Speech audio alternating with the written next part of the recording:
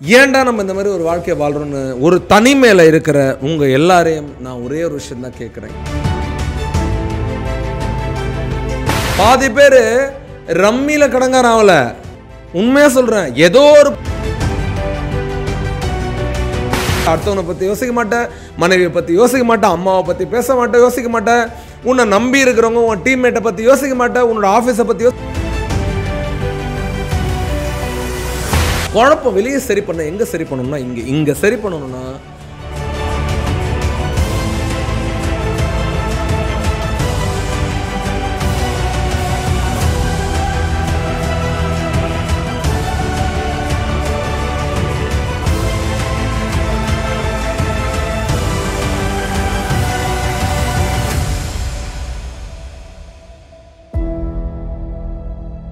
என்னடா குழப்பம் எல்லாருக்கும்? என்னதான் குழப்பம்? காலையில் எழுந்துக்கிற, பல்லு தேய்க்கிற, வாக்கிங் போகிற, சில பேர் சாப்பிட்ற, அப்புறம் குளிக்கிற, சாப்பிட்ற, எப்படினாலும் உன்னோட டெய்லி ஆக்டிவிட்டீஸ் வச்சுக்கோ. எல்லாம் பண்ணிவிட்டு எப்போ நீ ஒரு மூணாவது மனுஷனுக்கு முன்னாடி போறியோ அங்கேருந்து உன்னோட லைஃப்பில் கன்ஃபியூஷனும் குழப்பமும் ஸ்டார்ட் ஆகிடுது. எத்தனை பேர் மன ரீதியில் ரொம்ப இறங்கிட்டே இருக்கிற ஃபீல் பண்ணுறேன். மன நிம்மதியே இல்லாத இருக்கேன் சார் நான். இப்போ நல்லா கேட்டேன்னா, இந்த மன நிம்மதி எங்கெல்லாம் இல்லை அப்படின்னா, புரியாத உன்னை புரிஞ்சிக்காத இருக்கிற கணவன் முன்னாடி உனக்கு மன நிம்மதி இல்லை. Yes or no? உன்னை எப்போவுமே குறை சொல்கிற மாமியார் முன்னாடியும், இல்லை உன்னோட அத்தை முன்னாடியும், இல்லை உன்னோட மாமனார் முன்னாடியும் குழப்பம். நீ புதுசாக ஜாயின் பண்ணுற, நீ உண்மையாகவே திறமைசாலியாக இருக்கிற, ஏற்கனவே இருக்கிற அங்கே இருக்கிற எம்ப்ளாயீஸு நீ என்ன பண்ணாலும் உன்னை குறை சொல்கிறாங்க, அங்கே உனக்கு செய்யவே தோணலை, அது ஒரு குழப்பம். நல்லா பர்ஃபார்ம் பண்ணாலும் குழப்பம், பர்ஃபார்ம் பண்ணலனாலும் குழப்பம். ஒரு புதுசாக ஒரு கஸ்டமருக்கு வண்டி ஓட்டுற, நீ ஓலா டிரைவராக இருக்கிற, இல்லை ஊபர் டிரைவராக இருக்க, அங்கே இவர்கிட்ட 20 ரூபா 30 ரூபா ஏற்றி கேட்கலாமா இல்லை ஏற்றாது கேட்கலாமான்னு ஒரு குழப்பம். ஜொமேட்டோவில் வேலை செய்கிறவங்களுக்கு மழை இது அது எல்லாத்தையும் தாண்டி எவ்வளோ நாள் தான் இதிலே இருக்க போகிறோம், நம்ம எப்படா வேறு வேலைக்கு போக போகிறோம்னு குழப்பம். இந்த குழப்பம் நிறைய பேருக்கு திருமணத்துக்கு முன்னாடி, காதலுக்கும் திருமணத்துக்கு நடுவில் ஒரு குழப்பம் இருக்குது. அனுபவிச்சிருக்கீங்களா? அந்த பொண்ணுக்கு ஓகே சொல்லிட்டேன், அந்த பொண்ணும் ஓகே சொல்லிடுச்சு, பொண்ணோட மம்மி டாடியும் ஓகே சொல்லிட்டாங்க, உன் மம்மி டாடியும் ஓகே சொல்லிட்டாங்க. ஆனால் இதுக்கு முன்னாடி என்ன குழப்பம் இருந்துச்சு? இந்த பொண்ணு ஓகே சொல்லுமா ஓகே சொல்லாதான்னு குழப்பம். சொன்ன பிறகு இந்த பொண்ணோட மம்மி டாடி ஓகே சொல்லுவாங்களா சொல்ல மாட்டாங்களா ஒரு குழப்பம். அவங்க ஓகே சொன்ன பிறகு உன் அம்மா அப்பா ஒத்துப்பாங்களா இல்லையா குழப்பம். அது ஓகே சொன்னோன்னா என்ன ஆச்சு? ஃபைனல் குழப்பம் என்னது? இந்த பொண்ணு நம்ம ஒரு நல்ல பொண்ணா, இதை செலக்ட் பண்ணிட்டோமே, இதுதான் பெஸ்ட்டா, இதுக்கு மேலே எதாவது பெஸ்ட்டாக இருக்கான்னு ஒரு குழப்பம். அடப்பாவீங்களா, இதுதான்டா முதல்ல வந்துருக்கணும்னு குழப்பம். எல்லாம் ஓகே சொல்லிட்டு எங்கேருந்து வந்துச்சு குழப்பம்? கடைசியில் இந்த பொண்ணே வேணுமா வேணாமான்ற குழப்பம் ஆயிடுச்சு.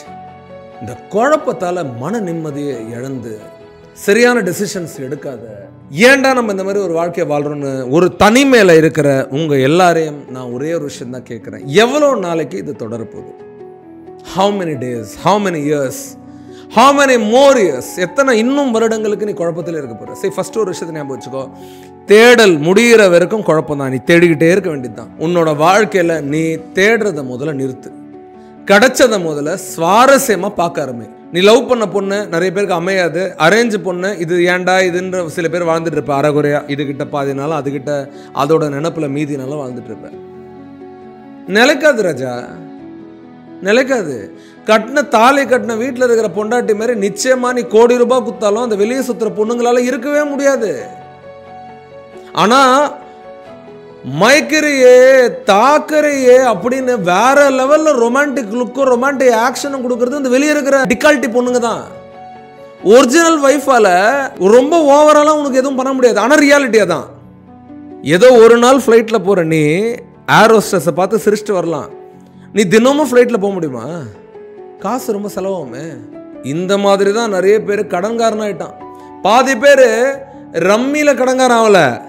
உண்மையாக சொல்கிறேன். ஏதோ ஒரு பொண்ணு, தெரியாத பொண்ணை மம்மி ஆகணும் தான் கடன்காரன் ஆகிருக்கிறான். அது பின்னாடி சுற்றி அதுக்கு செலவு பண்ணி அதுக்கு இது வாங்கி கொடுத்து ட்ரெஸ் எடுத்து கொடுத்துருப்போம் 5000 ரூபாய் 6000 ரூபாய்க்கெலாம். அதுக்கு காசு இங்கே சொல்லி பொய் சொல்லி அங்கே சொல்லி. ஏன்னா இந்த மின்மினி பூச்சி இருக்கு பாரு, சின்னோண்டு லைட்டோட பறக்குமே கிளி கிளி கிளி, அந்த மாதிரி தான் இருக்கும் சில பூச்சிங்களாம். ஒன்றுத்துக்கும் பிரயோஜனப்படாது, வெறும் லைட்டு தான்.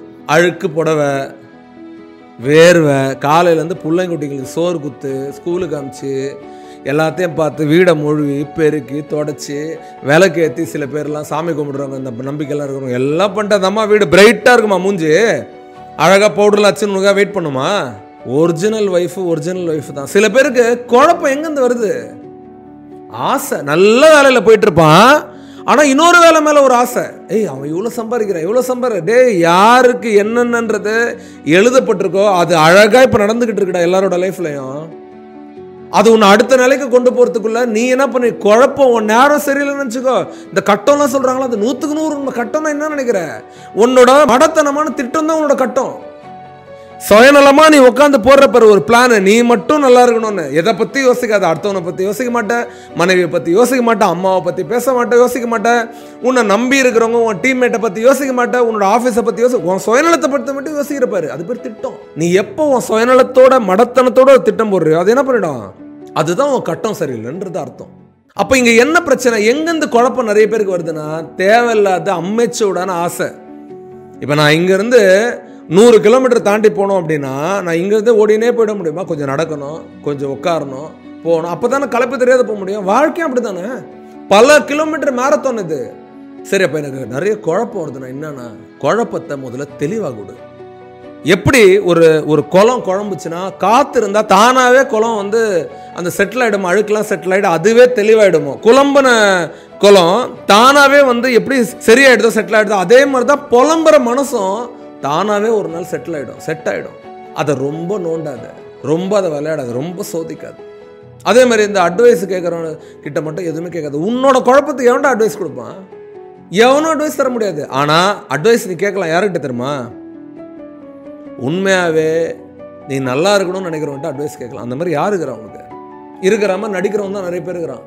எனக்கு உன்னை ரொம்ப பிடிக்கும்னுவான், உனக்கே ஆப்படிப்பான். உன்கிட்ட நான் ரொம்ப உண்மையாக இருக்கேன்னுவான், அவனுக்கே கோல் அடிப்பான், எல்லாம் செய்வான். இப்போ காரணம் என்னன்னா, எல்லாம் அங்கேயும் ஒரு குழப்பம். யாரோ ஒருத்தர் குழப்பிடுறாங்க, தேர்ட் பார்ட்டி குழப்பி தான் பல பேர் அழிஞ்சு போயிட்டான். உன் சுய சிந்தனையோட இந்த நிமிஷத்துலேருந்து நீ ஒவ்வொரு செயலும், காலையில் எழுந்துக்கிறியா, பிரஷ் தேய்க்கிறியா, 100% பிரஷ் தேய்மா, குளிக்கிறியா 100% சோப்பு போடு. குளிக்கும் போது எதையோ பற்றி யோசிக்கிறது, சாப்பிடும் போது எதையோ பற்றி யோசிக்கிறது வேஸ்ட். வேலைக்கு போறியா, அங்கே 100% கூட. அங்கே போயிட்டு ஃபோன் பண்ணுறது லவ்வருக்கும், காதலிக்கும், இன்னொரு கம்பெனிக்கும். இருக்கிற கம்பெனியை ஒழுங்காக காப்பாற்றினா தானே நீ அடுத்த கம்பெனியில் நினைப்ப. எந்த கம்பெனிக்கு போனாலும் கால் பண்ணுவான், தேடுவான். நல்ல கம்பெனி, இதுக்கு முன்னாடி எங்கடா நீ வேலை செஞ்சேன்னு கேட்டு அவன்கிட்ட தேடுவான், கான்டாக்ட் வச்சிருப்பான். அப்போ கேட்கும் போது இவர் இங்கேயே சரியில்லை, அங்கே எப்படி சரியா பண்ண யோசிக்க மாட்டான் அவன். பல பேர் இன்டர்வியூக்கு போகும்போது எங்கள் பாஸ் சரியில்லைங்க, அந்த ஆர்கனைசேஷன் சரியில்லைங்க. நீ இப்போ சொல்கிறேன். பாதி பேருக்கு என்ன பிரச்சனைனா, பெத்த அம்மா மேலேயே சில பேருக்கு வருத்தம்.